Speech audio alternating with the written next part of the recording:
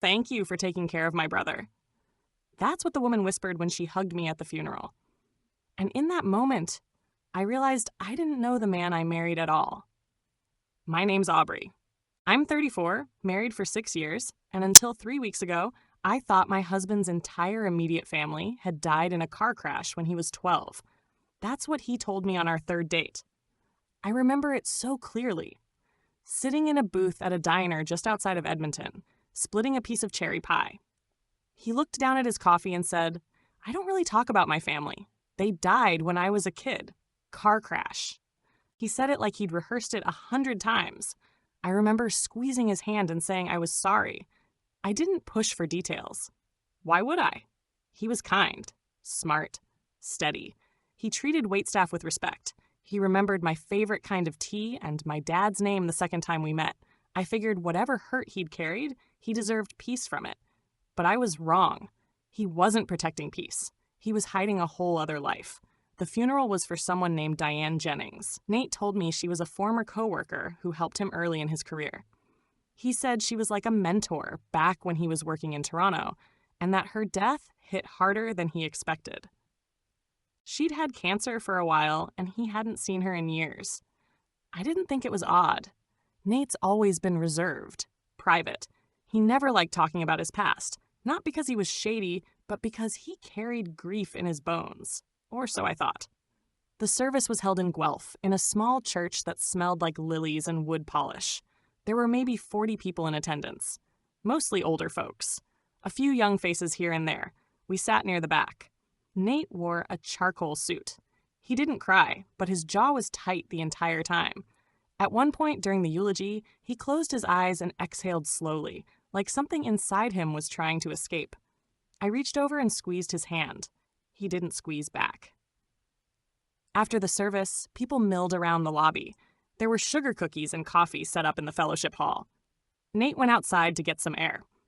That's when she came up to me. Late 30s, brown hair pulled into a bun, glasses. She had a sadness about her that I couldn't quite place, like she was holding grief on a leash, just barely keeping it from running wild.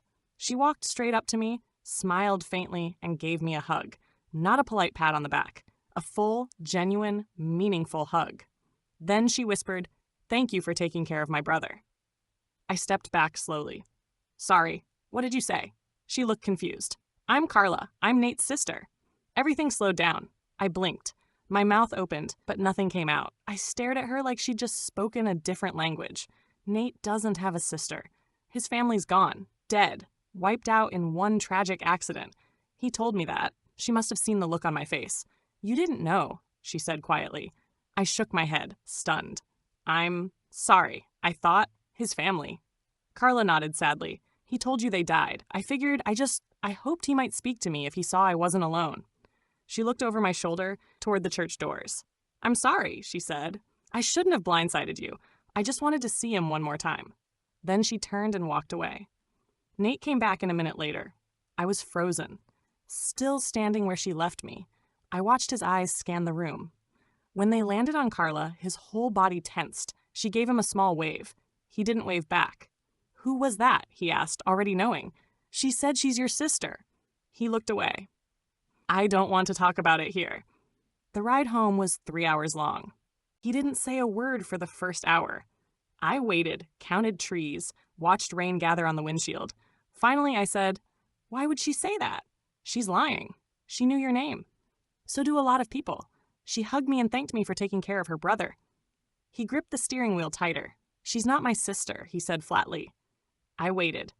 "She's a relative, cousin, distant. We used to be close. It's complicated. But I thought your whole family died." "They did." Well, he snapped. "The ones that mattered." I didn't ask anything else. But I didn't believe him, either. I'd never heard him lie before. Not like this. It wasn't even the words. It was the way his voice changed. The way his eyes avoided mine. He wasn't just keeping something from me. He was rewriting something. Something massive.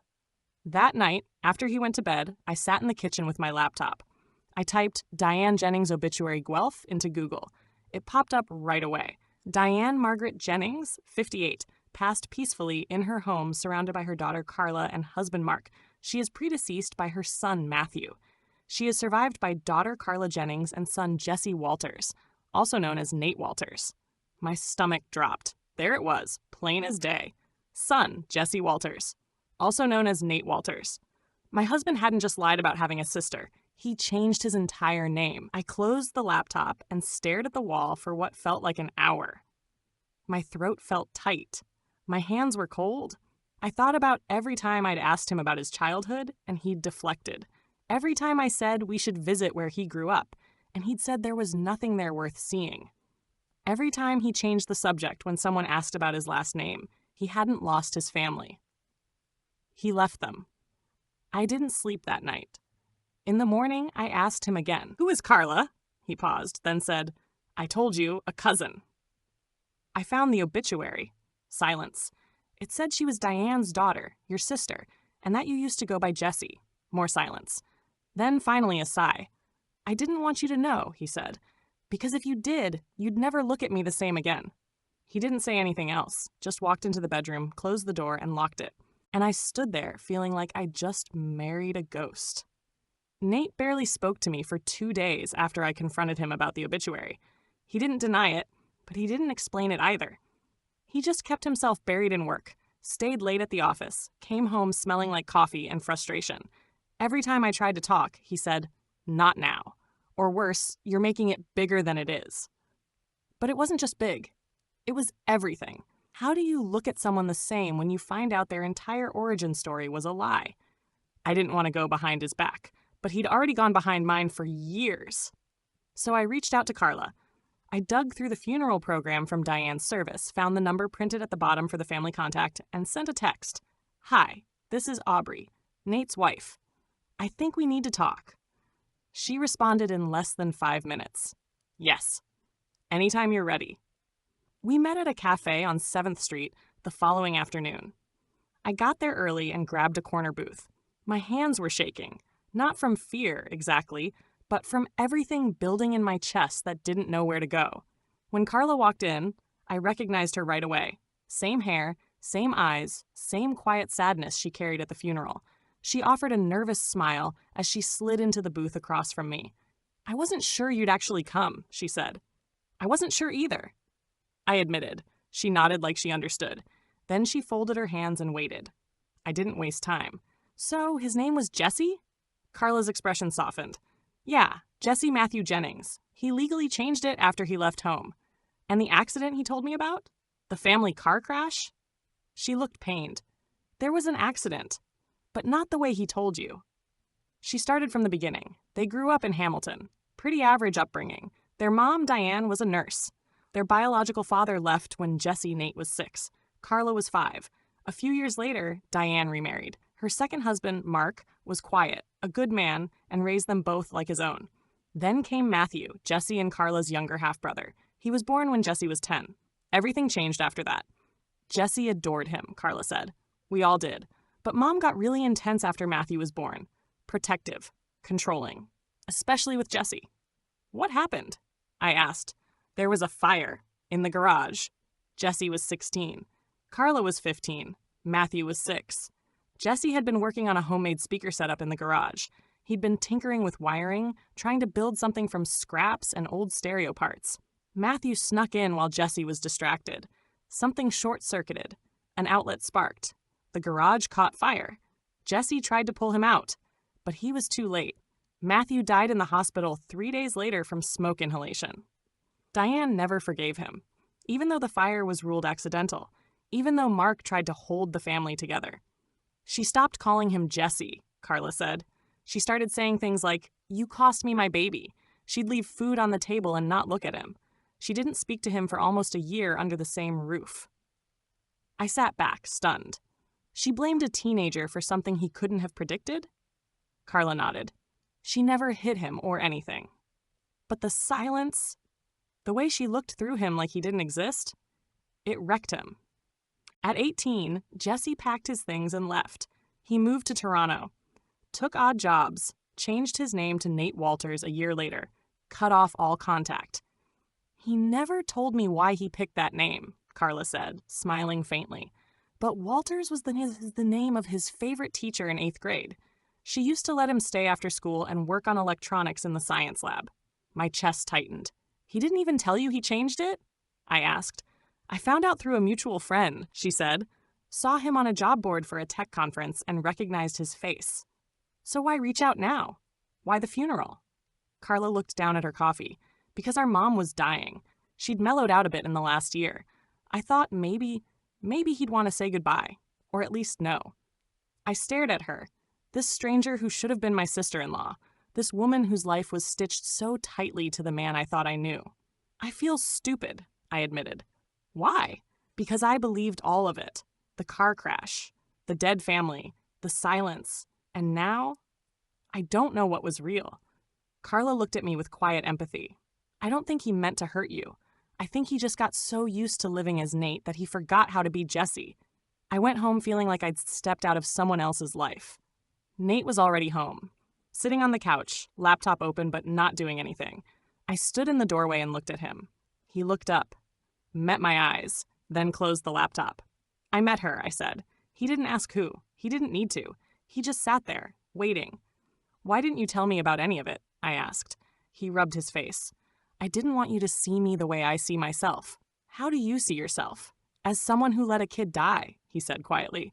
You were 16. I was supposed to protect him. You tried. It wasn't enough. We sat in silence. I wanted to scream, to shake him, to ask how he could build a life with someone and not give them the truth. But I also saw something in his face that I hadn't seen before.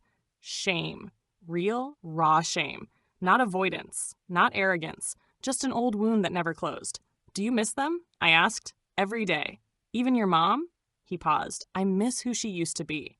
That night, I lay awake staring at the ceiling. Carla's voice kept echoing in my head.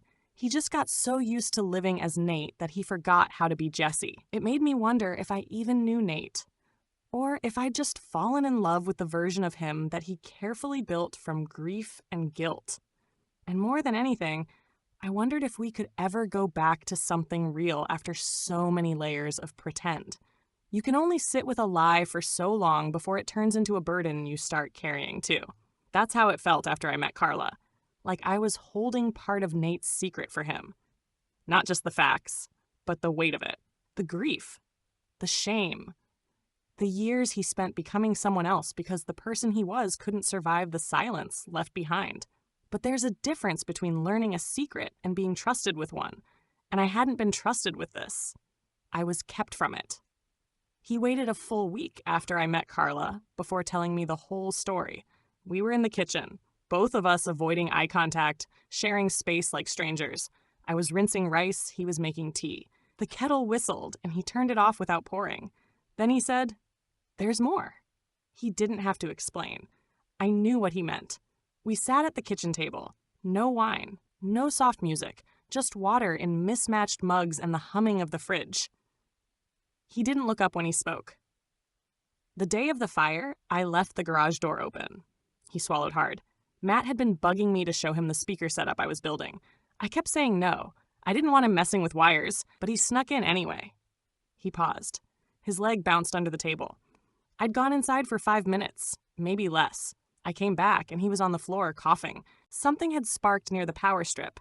The insulation caught fire. He dragged Matthew out, called 911, tried to put it out with the garden hose. He was still breathing when they took him, Nate said. I thought he'd be okay. He'd just inhaled smoke. I thought they'd clear his lungs and send him home. But 3 days later, Matthew was gone. And your mom blamed you? I asked. Nate nodded slowly. At the hospital. She looked at me like I wasn't human anymore. Just empty. I reached across the table and covered his hand with mine. He flinched, like he wasn't used to being comforted in that part of the story. What about Carla? I asked. She didn't say anything, he murmured. Just went quiet. I think she was afraid to pick sides. And your stepdad? He tried. He really did. He kept saying it was an accident, that I shouldn't carry it forever. But Mom didn't let up. She wouldn't speak to me, wouldn't eat if I was in the room, wouldn't sit on the same couch. The tipping point came the night before his graduation. He'd been accepted into a local college. His plan was to stay home to save money and commute. I came home from school and found my bags packed, Nate said. She left a note that said, "You'll be more comfortable somewhere else." That was it. I stared at him.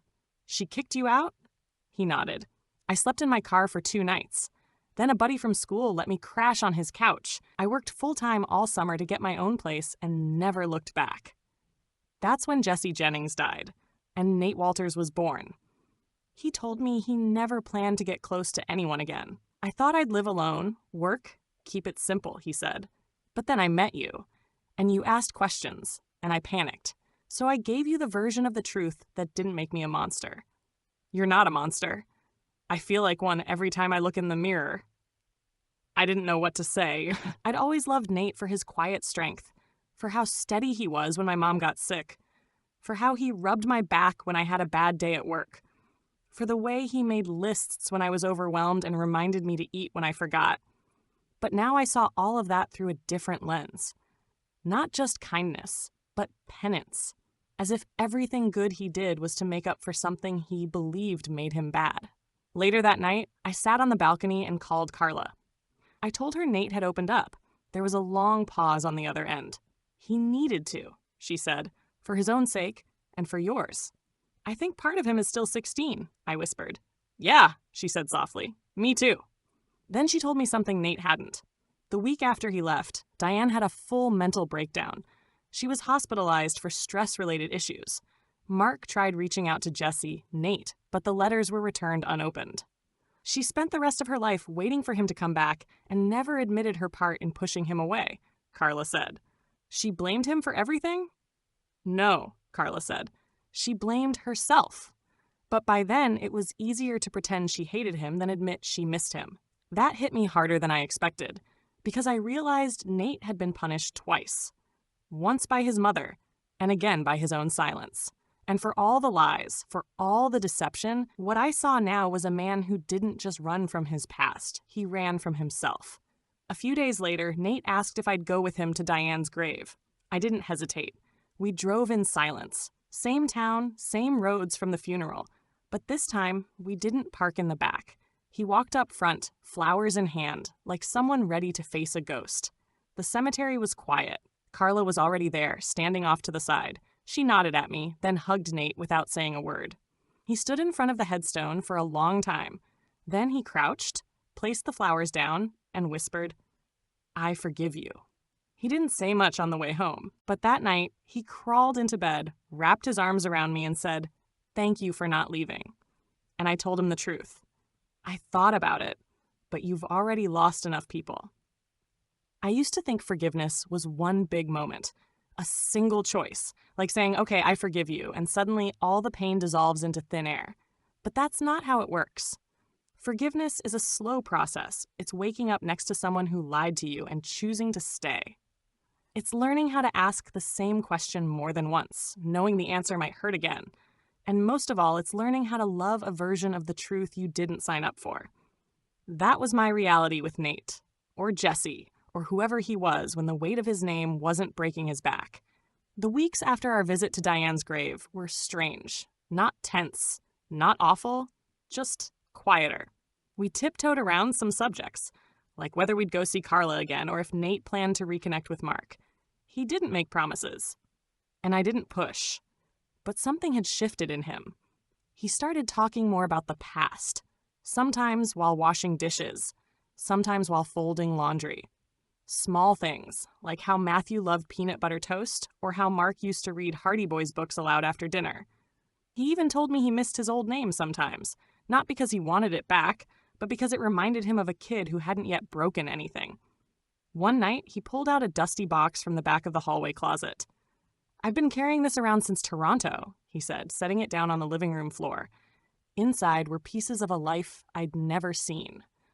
A faded school ID with the name Jesse Jennings. A photo of 3 kids on a swing set. A cassette tape with "Matt's Laugh, Keep Forever" written in thick blue Sharpie. A crumpled letter from Mark saying, "I still love you, son. Come home if you ever change your mind." I didn't say anything. I just sat there while he held that photo like it might dissolve in his hands. Then he looked at me. I kept everything, even while lying to myself.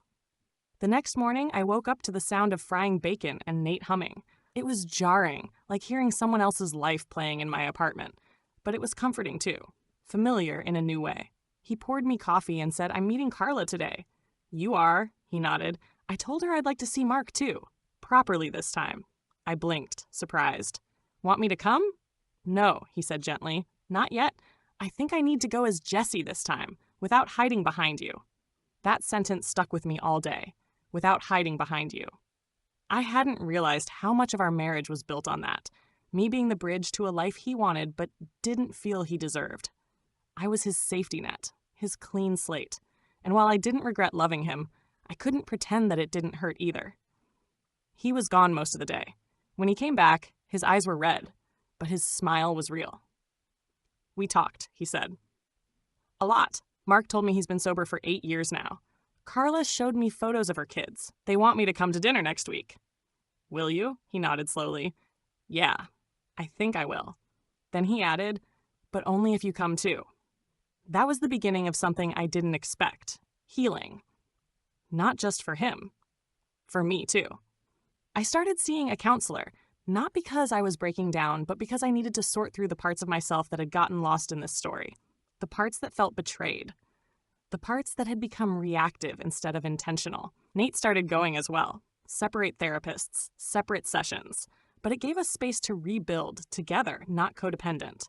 One night after our sessions, we sat on the back porch. It was dark. The air smelled like pine and the faint smoke from a neighbor's chimney.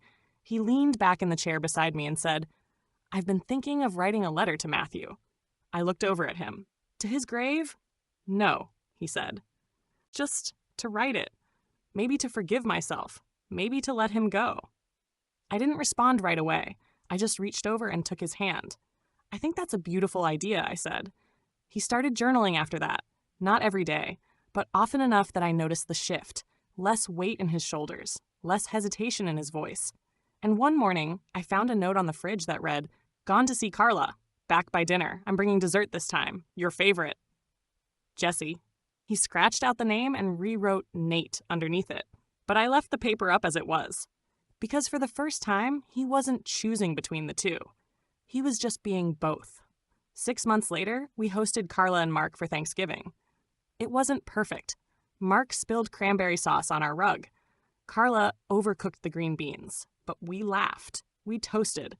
We passed around baby pictures and shared memories. Nate sat beside me, his arm around my shoulder, and said, "This is the first time in 20 years I feel like I'm home." And I believed him. I won't say everything's healed. Grief and guilt are like scars. They fade, but you still feel them when the weather changes. But I know this. He didn't lie to hurt me. He lied to survive. And now we're done surviving.